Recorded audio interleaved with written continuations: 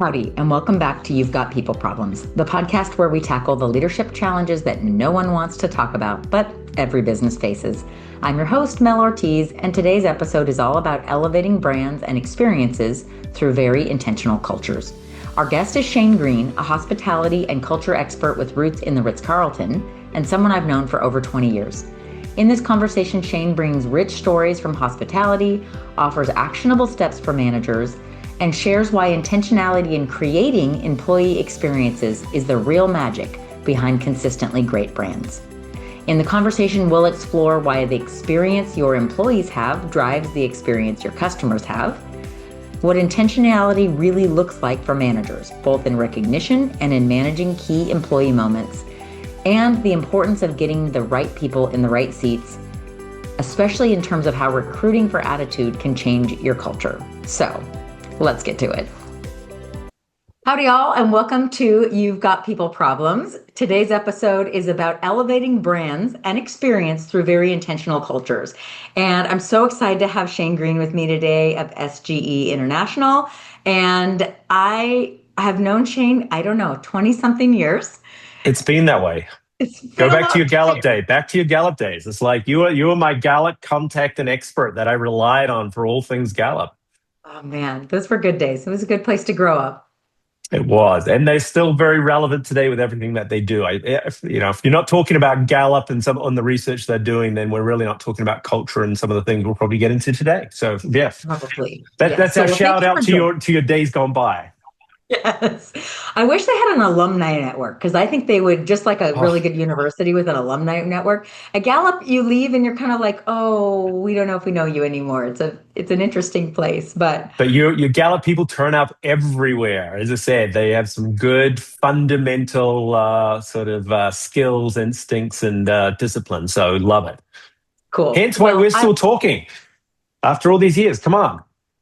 So I'd love for you to get on your soapbox for a moment, share your hospitality experience with us, and even maybe further than that, which kind of, I think, influences so much of what you've done. So if people know me and not you. I mean, hospitality, I started in hospitality in college, which was in New Zealand. So you're going to hear the funky accent coming in and out throughout our conversations today.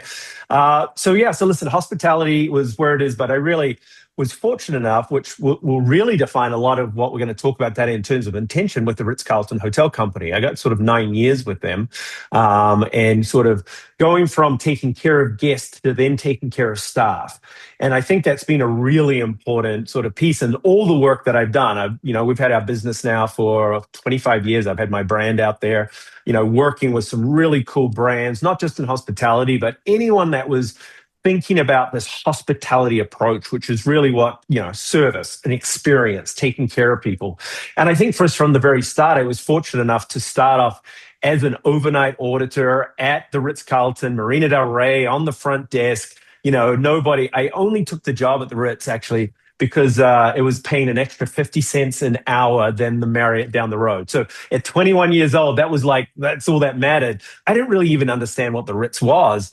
And then, I got the chance to go through this incredible journey and work with some people that, really the gold standards and, learning about how to take care of guests, which was the forefront. But then I remember it was like I became a supervisor. And my general manager came up to me like on the first day I was a supervisor, and I thought I was like, I was it. I was the front of the house supervisor, valet and bellman. And I remember the general manager going to me, sort of talking about it. He says, so do you understand now who your most important people are, who your guest is?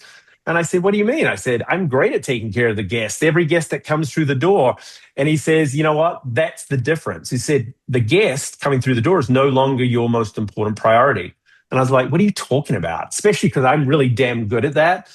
He's like, your valets and bell are now your number one priority. And he said something really important because the reality is you can't take care of all the hundreds of guests that come in here every day, but your valets and bellmen will. And he said that if you remember that, you will do very well as a manager. And I'd like to think that has been a foundation that's carried us through. And as a result, whenever I'm out there talking in the business world and I talk about experience all the time. And I say, hey, you want great customer experience or guest experience or passenger experience or any type of customer out there? I said, you have to create an amazing employee experience as well. And I said, that's your number one priority. So I guess that leads to what we're talking about today, because while I believe culture drives brand, the brand is what begins. You start with a brand in mind. What do you want to give your customers? And I think the work that we've been doing for the last sort of 10, 15 years particularly is how do you build a culture intentionally to meet that brand's promise? So that's a lot of the stuff. We've got stories from in and out of hospitality all over the place, but the fundamental foundation is the experience of your employees will drive the experience of your guests, which of course will drive the experience of your stakeholders called the owners, who want to hopefully make some money out of whatever you're selling or giving away. Sure. It's interesting to me thinking back to my Gallup days and really beyond. No one's ever cracked the code really well on internal customer engagement. Who are my internal customers? Who are my internal guests? Who am I serving? Mostly just because it takes so much time to give feedback on all these different people that I depend on internally. And so from what I've seen, it really just has to become a part of the culture that we bake in, because measuring it is really cumbersome. Yep.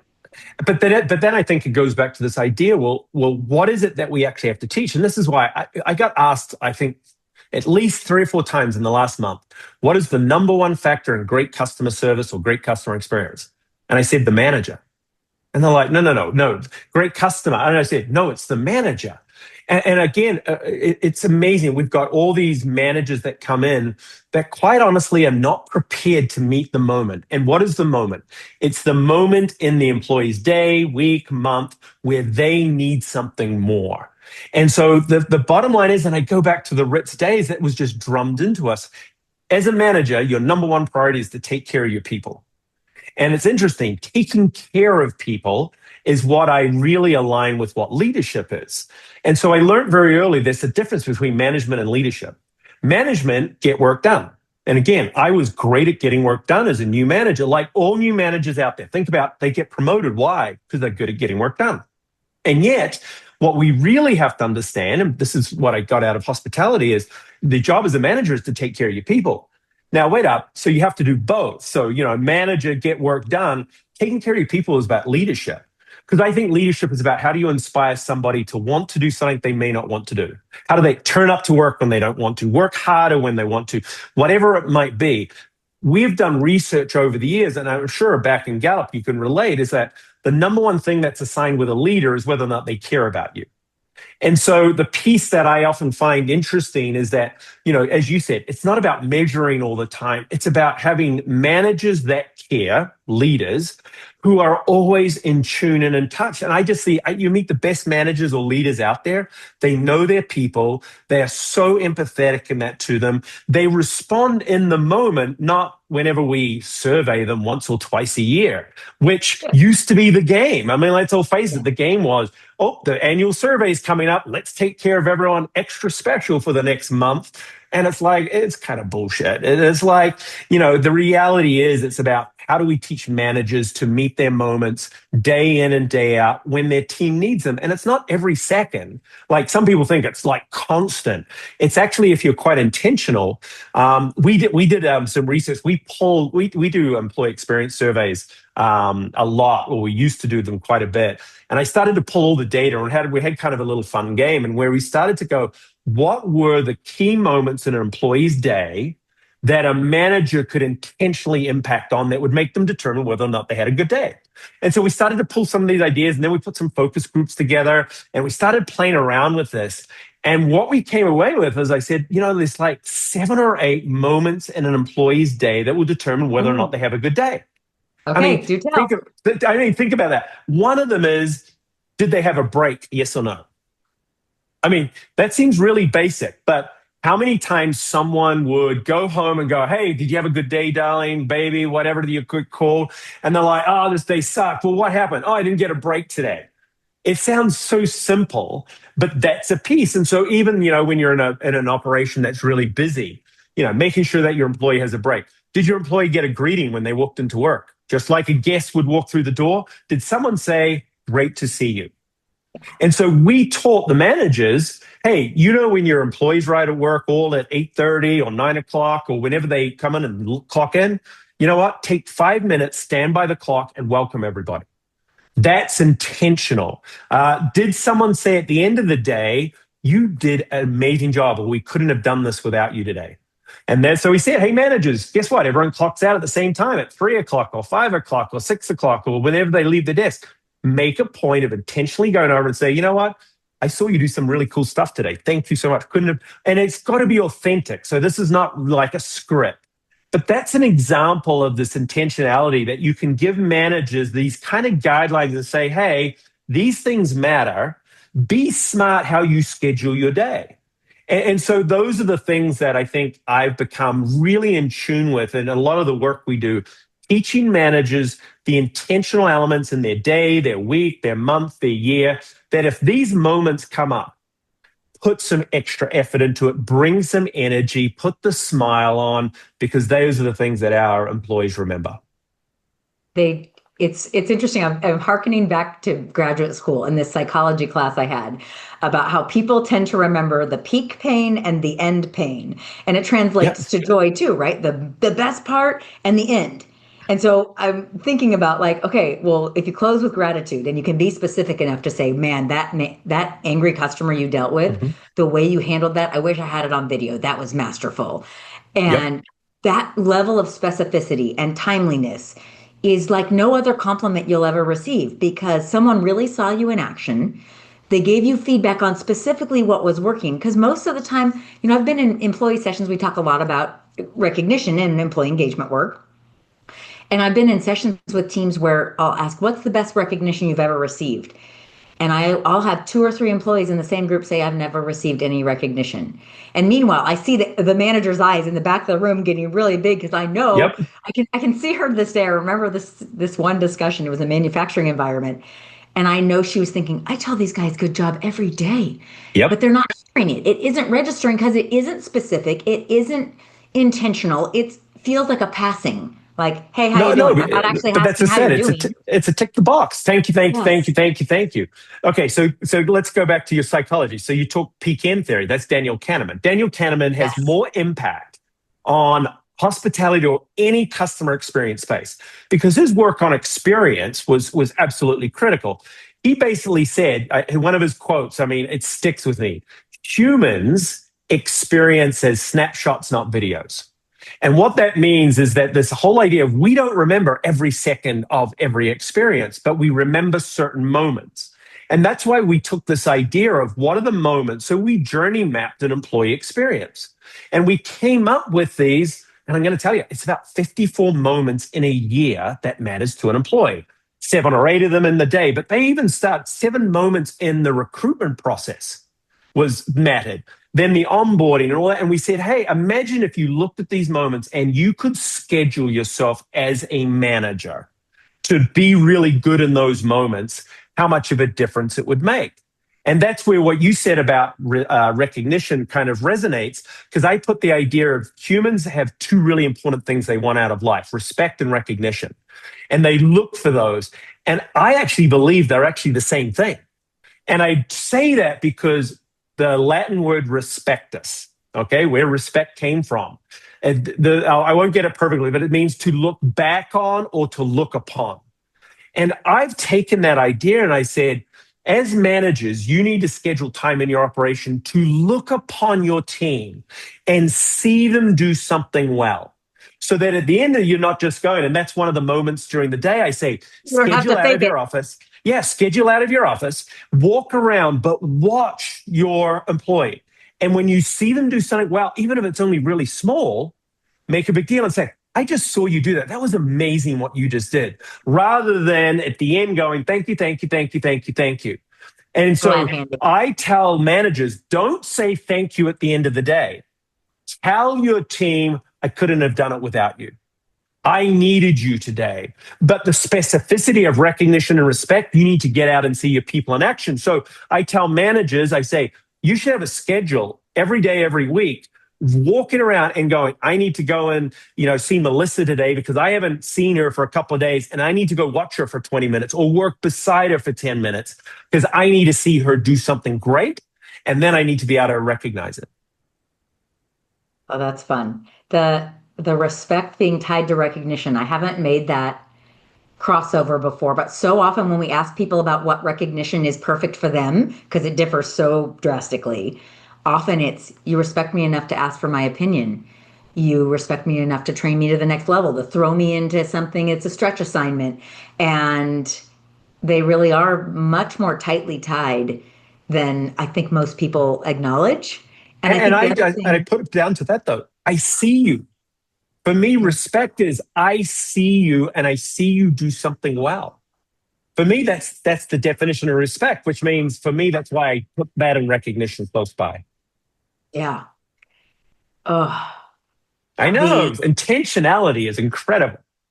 I often encourage managers to just put a time on their calendar, exactly what you're saying. Yeah. Go say something nice to somebody. Some people are very stingy with recognition, Yep. and a lot of people are really terrible at accepting it, as taking it as a gift that it is, and saying, thanks for noticing. I did work really hard on Yeah. that. They bat it away.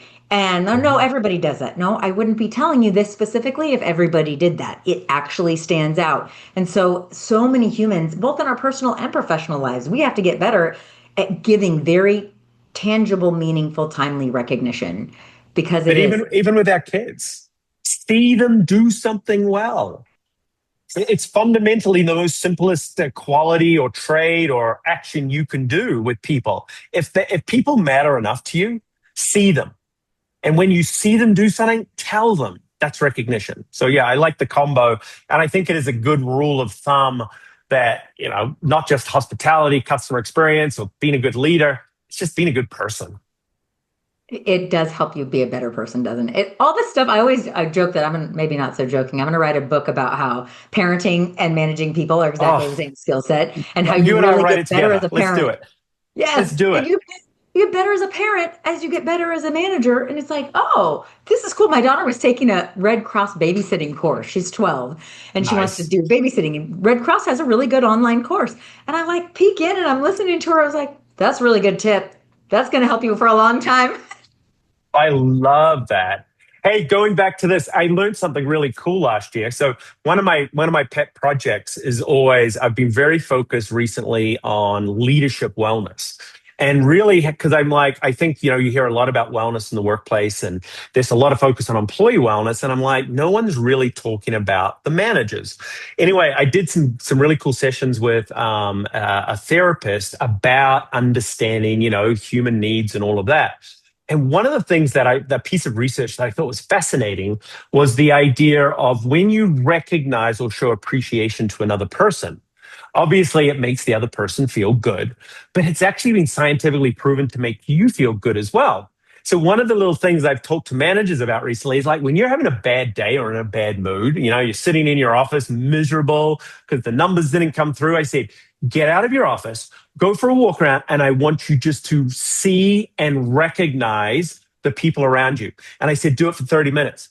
And they go out and do it, and they come back and go, yep, I feel better. And so that science really gets me fired up because, again, being a good person actually helps them feel better, but it also makes us feel better when we're having a bad moment. So I thought that was kind of cool.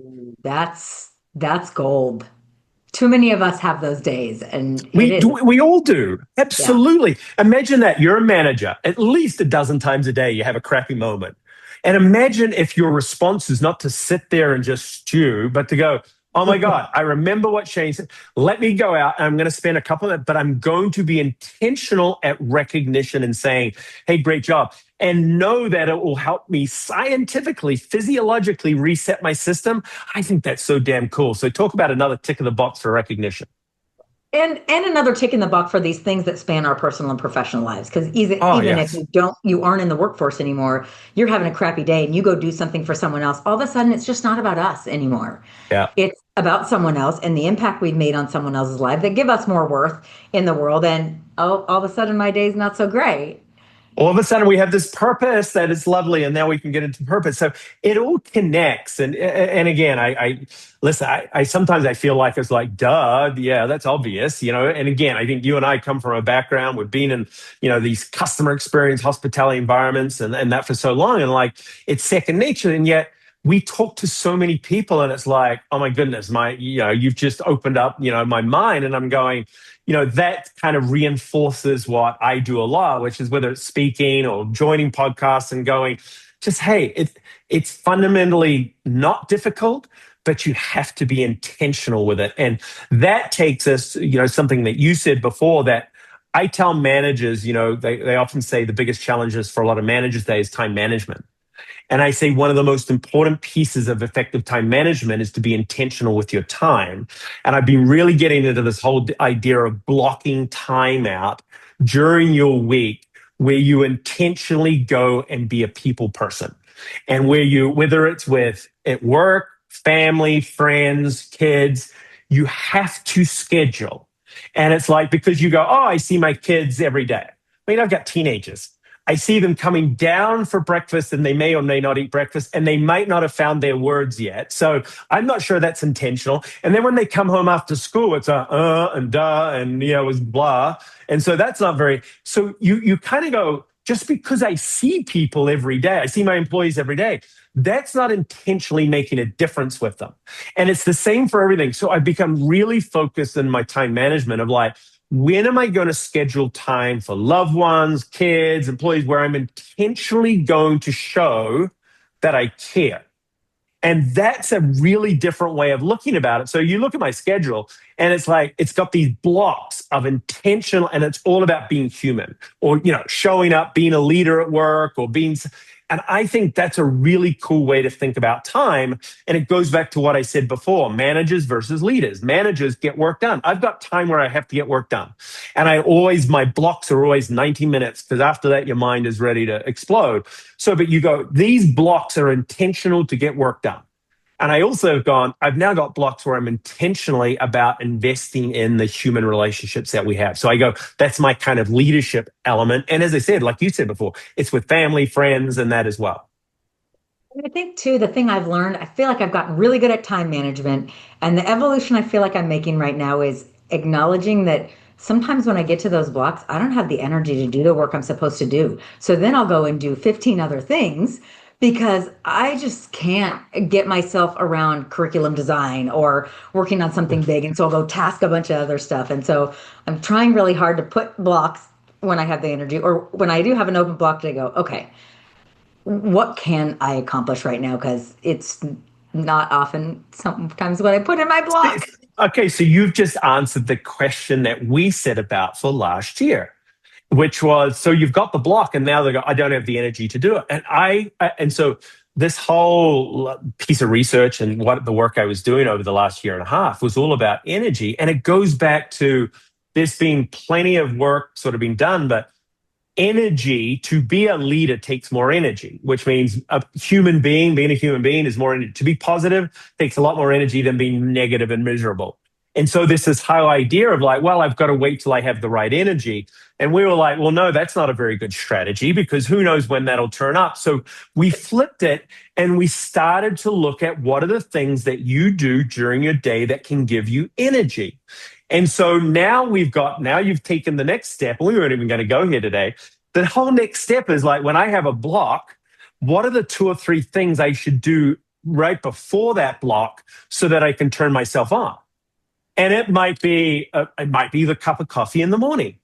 I am very intentional about, I have tried to push my cup of coffee. I don't do it when I first wake up. I try to wait at least 2 hours, but I'll time it 30 minutes before I have a work block or a leadership block. And I go, okay, that's cool. My workouts, I've got into this whole thing of exercise snacks. You know what those are? 5 minutes of exercise that you do in your office.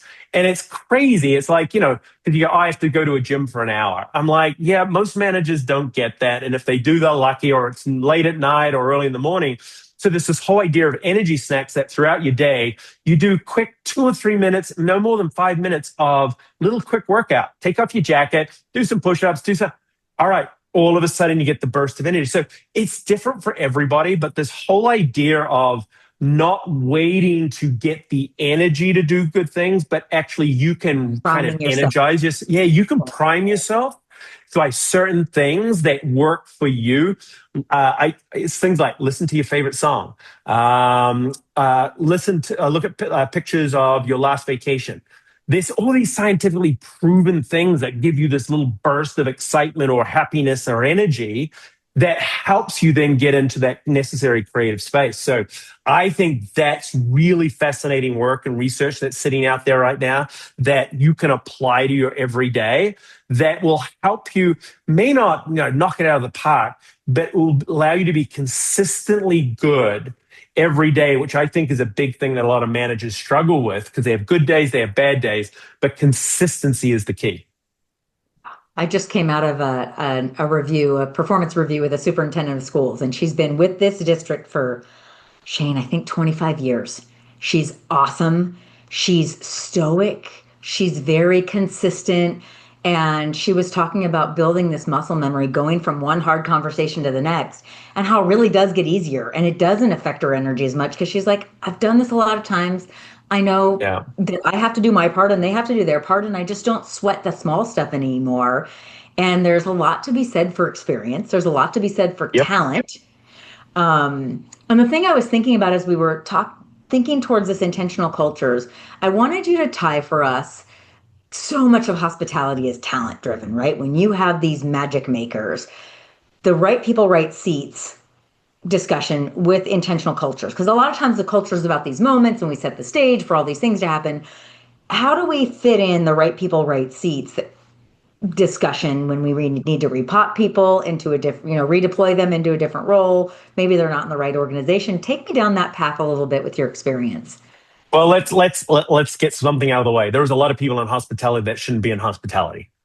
Okay, they fell into the job, they stayed into the job, and it's amazing. I was speaking to a group of managers last week, and I made the joke, and I asked them, I'm like, listen, I get it, but you did realize when you signed up for hospitality that you did sign up to deal with people.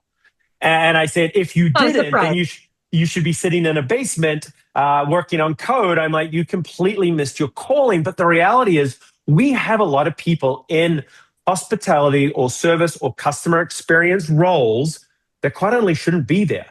And so you start to go, well, how did they get there? Well, someone selected them. Well, how would someone select someone that didn't have the right attitude for service? I'm going, you can do courses and read papers and watch videos online of how to bullshit an interview. And it's pretty damn easy that I could literally get hired at any job based on a few things that I would know. And so everyone gets to kind of gimmick the interviews. And I think I remember back, and again, this was something I learned at Ritz, which was really cool, was they started when we did an interview, we were actually at the front desk. And the whole idea at the front desk was that when the manager was coming time for the interviews, she would say to us, she goes, hey, whoever was where, she goes, I'm going to cover you. I want you to go and sit with this person and just interview them for a couple of minutes. And I go, okay. And then she'd rotate. And she'd try and put 4 or 5 people that this person wasn't expecting in front of them before she even interviewed. And whenever she came back, they go, what did you think? Were they smiling? And I first, yep, they were smiling. It was great. That's really nice. Second person, they smiled. Yeah, they were smiling. By the 4th or 5th, were they smiling? No, not really. They seemed a little annoyed by the fact that there was these different people coming up. And I go, how brilliant is that? Because that's exactly what a front desk is. And so her whole idea was put 4 or 5 people that she didn't expect. See if they're still smiling by the time she went to meet with them. And if by the 5th person they weren't smiling, she wasn't even interested. And I thought, and I've kept that idea so much, is that we do so many times someone is hired in hospitality with one interview. They do the whole AI thing now, which they all bullshit through. They get through that. They do one interview with the manager. They turn it on for 20 minutes and they get hired. And they might have completely the wrong DNA, which is why so much can be done with working out what are the right traits, something that I know you do a lot of work in, and talents to really understand. And this is where we go back to our culture work. hire the people that will be successful for your brand, which means it's not the same traits, even amongst hotels. One of the things I've learned, if I've got a 5-star resort versus a 3-star urban property, completely different set of traits and skills I want from my front desk people. One is Yes. efficiency, turn, burn really quick. The other is let me just make you my new best friend. So you have to kind of really, which I know is your sweet spot, spend the time to understand the traits and personalities that you want your brand to exude. And then focus on hiring that and then be confident that you can teach them everything else. I'm still totally stuck. I'm envisioning this manager rotating through these people. Talk about a realistic job preview. And For a thinking front about, desk person, constant guests coming up that you don't know who's walking up to you. you don't know And what they want. I know all she did was put 5 staff members in front of them to see if she could break the smile. And Yeah. I've stuck with that. So I do that now. For any interviews, it's like put different people in front, and that I'm the last person. See if they're still, and it's the surprise. It's the, well, I thought I was talking to Shane. I thought I was meant to, no, your interviewer. It's like, and think about it. It's all about attitude. Do people adapt in the moment and are just good people person? They don't care who's in front of them. It's like, oh, cool. I didn't You're my new expect friend. this. This is my brother. That is it. And I'm like, that's how fundamentally you should interview in hospitality.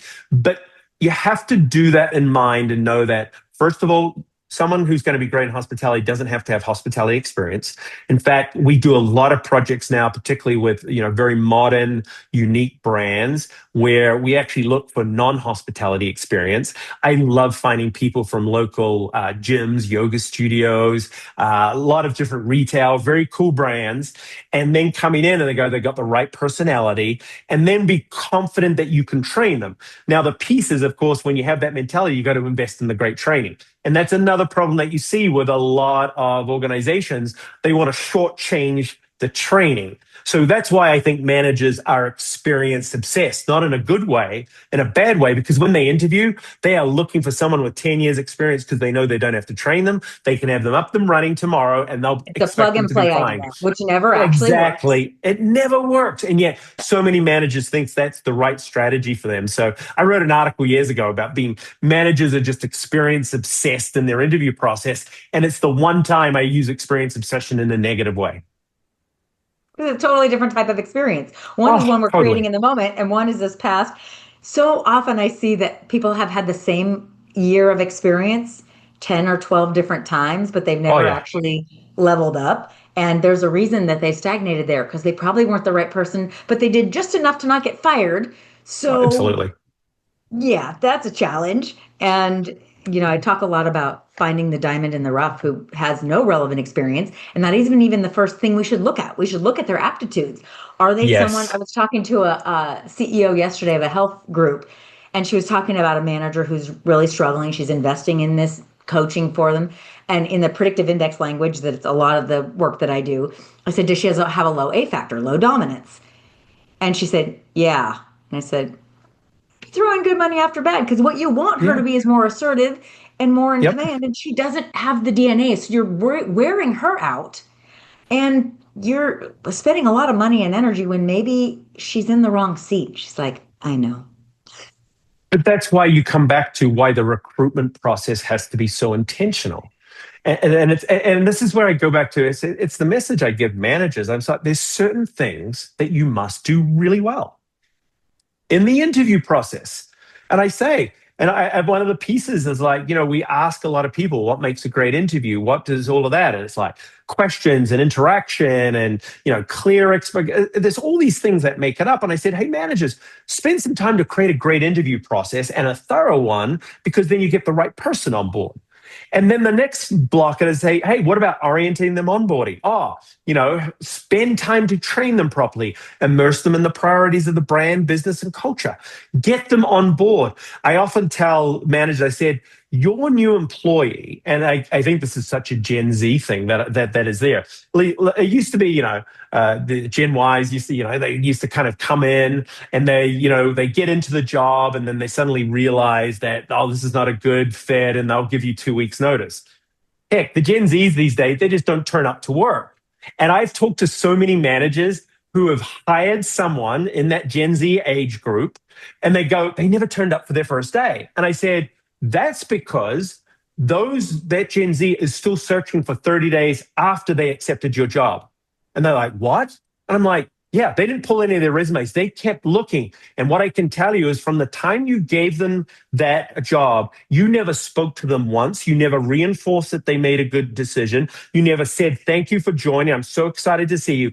You have to feed them these little nuggets to get them excited about day one. And then know that on day one, you still got 30 more days that they are still working out whether or not they're going to stay with you. So invest the time. And then you get the managers who go, well, that's just absolutely ridiculous. We don't have time for that. I said, be careful, because what you just said is you don't have time for this new generation of worker, which is the argument that every generation goes through. Wow, they're a waste of time. They're not going to be loyal. I'm not going to invest in their training. I said, that's one of the problems that we have, because we fight and we disrupt and we disregard so many of these great attributes that each generation has, and we focus on their negatives without saying, you know what, I just have to care more. And by the way, that is the one thing that Gen Z asks for more of. They want more leadership, less management. They'll work out the job. They're really smart. And by the way, they'll do it quicker, stronger, faster. Give them a computer, give them, Chat GPT or whatever they're using, and they'll work it out quickly. But what they really want is leadership. They have to have someone that cares for them. And so it goes back to that intentionality, is that's why the managers are so important. And you often, it's interesting, you're almost at the point, and I heard there's some really cool ideas. It's almost to a point where management and leadership, we go, oh, we need to find that perfect person. And by the way, there are some amazing managers and leaders who are perfect. But there's also some amazing managers out there that get work done that are horrible leaders. They don't care about people. So don't make them in charge of people. You know what? Don't put them in charge of other people when they're really bad at it. Let them focus. So you almost go in a role, in a department, you might have the manager of the department and the leader of the department. All right. So you say, all right, let's split it off. One's responsible for getting work done. One's responsible for taking care of people. And then I heard this really cool idea. And I start to, because I've got a senior, I got a freshman at high school, and you start to go, and it's all about your counselors, and it's all about that. And there is some pieces out there where there's a movement, which I actually wrote about a few years ago, that you start to go, every employee should now have their counselor. And that counselor, just like at high school, is the person they go and check in with once a week. So while the manager's getting work done, the person knows that I have my person that I can go and cry and lean on. Champion, and say, I have a therapist, I have a cheerleader. That's it. And so that role becomes such an important piece. And by the way, that counselor becomes responsible for their career development, which is a massive thing that we have to focus on. Manager over here, worried about getting work done. What they're good at is constantly rotating people in and out, getting them up and running and doing. But your counselor is trying to work out where you need to go as a career. Those things really kind of start to resonate with your Gen Z. And I think that's a business model or a culture model that really is going to be quite prevalent in the future. And it's no longer just an HR thing. Each department doesn't have their departmental trainer anymore. They have their department counselor who connects and is responsible for so many of the hearing and development and soft skills. And then they report that back up to the HR or people and culture group.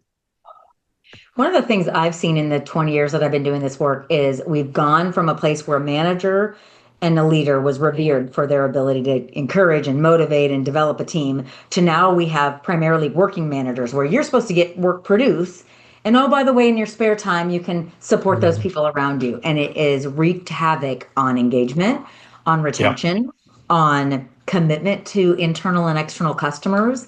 And there have been a couple clients of mine that I cannot for the life of me convince that this is an ineffective model.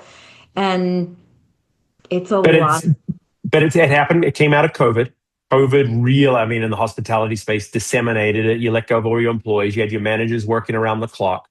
That's where I go back to why I've been really focused on leadership wellness, because I think we've forgotten about that group and teaching them some fundamentals to keep up with stuff, because we haven't taken any of the work away. Where I think there's some optimism, and I think this is an interesting piece as we look at the future, AI will become more responsible for the management function. which means that is going to take over more getting work done, the tasks, the administrations type stuff. So you're going to see AI become more and more prevalent on getting work done, but you're still going to need the leader, which is at the end of the day, particularly in the customer experience space, I am all for AI on the back end.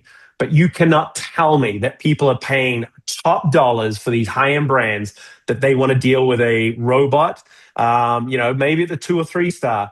But at that level, you've got to have great people. So I am actually really optimistic and excited about AI from the fact that it is going to take away the mundane elements that great hospitality people don't like anyway. Great people just want to deal with people. They're, oh my God, you're making me do all this paperwork. It's miserable. They make mistakes anyway. So Yes. I'm really excited that I think hospitality is going to get better and that the hospitality skills and personalities are going to come to the fore more, just like the leadership skills, because people, and I believe as we go into the future, you're going to pay more to interact with a person. So the high end, that's why you're seeing ultra luxury, high end brands, experiences becoming so much more prevalent. I don't care about the brand on the handbag or the dress or the room or the hotel or the car. I care about the experience you surrounded it yourself with. It's the community, it's the events, it's the activities, it's all of that stuff. That can be created maybe by AI, but it has to be delivered by people. And that idea, as we become more technology and driven and working on our computers and relying on AI, there's that premium that people that know how to take care of other people, hospitality, I think that's never gonna go away. This is amazing. Okay, I'm gonna recap some of the things that I heard because there's some really valuable tidbits that I want to make sure people can take away from this discussion before we close out. So these moments, both within an employee experience, whether it's recruiting, onboarding, performance Day reviews, to day. etc., but then also within a given day, and what those moments are, and as managers and leaders making time to be available during those transition periods. I love the tie that I've never really heard put this way between recognition and respect, and how closely intertwined they are and how we can do both better and more intentionally. I think maybe my very best value today in our discussion is this approach to when I'm feeling crappy, I can go see someone, show that respect and recognition, whether it's in my community, in my workplace, and reset. And then this transition from time management, time blocking to really energy management and priming ourselves for the next task before we get there, just as part of our schedule. And then, of course, getting it right up front in terms of the people part. If we get the right butts in the right seats, everything flows better. Everyone's more engaged and we create a whole lot better experiences because we're calling upon the best within people. So from our discussion, what did I miss, if anything, in your... Well, there was so much. I always forget what did we talk about, but I know it's been great. At the end of the day, it's fascinating. And again, I think I wrapped it up there. It's about being human. I think there's a value in that. Whether you're a manager, worker, whether you're taking care of guests or customers, I just think there's a really high value today on being a good human, being a good person, which means it's not that difficult. But the reality is, with all the pressures of life and the negative news and all the stuff that seems to fly at us, you actually have to be quite intentional. You have to intentionally block out some things, and you have to intentionally open up other things. And it's whether even with the people in your life, be careful. I think I remember as a manager, I would spend so much time on my worst employees. And I say that because I'm like, they took so much energy and they, required so much. And it was funny because, you start to understand, it's like, well, why are you allowing them to do that? And I think that applies to a lot of parts of our lives. But how are your best people not getting the most from you? That's yes, the big problem I see in leadership today. Yeah, but it's in our whole lives. How are the people that are most important to us not getting our most time and getting our most energy, like good time? I think that's a important piece, and I think that can apply to anything that we do. The only thing I want to add on to that, as you were talking about being really human and being really authentic, is there's this desire to be well-rounded and to be like your mentor, like the people around you. And what really is connecting is the authenticity of you being weird about this one topic, and then you find other weird people that resonate with that. True. You can only really be you. You can never be someone else. And that's so much of the like StrengthsFinder work I do is helping people tap into their quirkiness and just come at opportunities from that angle, come at ideas from that angle, and then they mesh with other people with totally different perspectives so we can have a well-rounded team rather than someone who's trying to be less so they can be well-rounded. I love that. And you just touched on our whole new, let's for the next podcast, let's talk about teams, because the problem of managers hiring the same manager to be on their team so they have a bunch of likeness, one of the worst business practices that we do. We want the weirdness, diversity. We talk a lot about this diversity and inclusion. Listen, diversity is out there. You've got diversity in front of you everywhere. The problem is some managers haven't accepted yet, which is the inclusion part. Accept and be okay with diversity. Bring the weirdness around you. You're going to have a much more high-performing team. So let's prime that for our next time we catch up. Yeah, I love that. I think they also try to equate diversity with the way that we look. And so often it's actually more about the way that we think. It's the way we think. Yeah. Absolutely. So, well, Shane, thank you for joining me. I think we could have gone a half day on this topic, and we did a great job talking quickly and condensing it into a small period. If people want to get a hold of you and learn more about what you do and how you can help their organizations, where would you like them to reach out? SGE International, sgeinternational.com. That's our website. You can reach me at shane.greene@sgeinternational.com. You can find me on LinkedIn. I always love to catch up, partner up. So I'm sure this will go out to the world. So if anybody, sees us, connects us, either yourself or mine, just reach out. We'd always love to have that conversation. And I love to hear your thoughts. So if you're watching this and it's on a platform, tell us what you think. Argue against us. Melissa and I love differentiating. It's like, bring it on. We want to hear what you think. And again, don't give us the same old nice job. Tell us what we did wrong, because we're always trying to improve as well. So let's leave it at that. Let's challenge the world, see what they say. Bring it on. Okay, well, thank you for the specificity of your stories and wisdom that you shared. And I hope you'll join us for another episode of You've Got People Problems. All right. If you send more of that great stuff from the farm, of course I will. All right. Take care, Melissa. Cheers. Bye-bye. Well, that's a wrap on this episode of You've Got People Problems. If you got something out of the conversation, make sure to subscribe, leave us a review, and share it with the other leaders in your network, because let's face it, we all have people problems. You can watch full episodes on YouTube or listen on your favorite podcast app. But either way, thanks for listening, and we'll see you next time.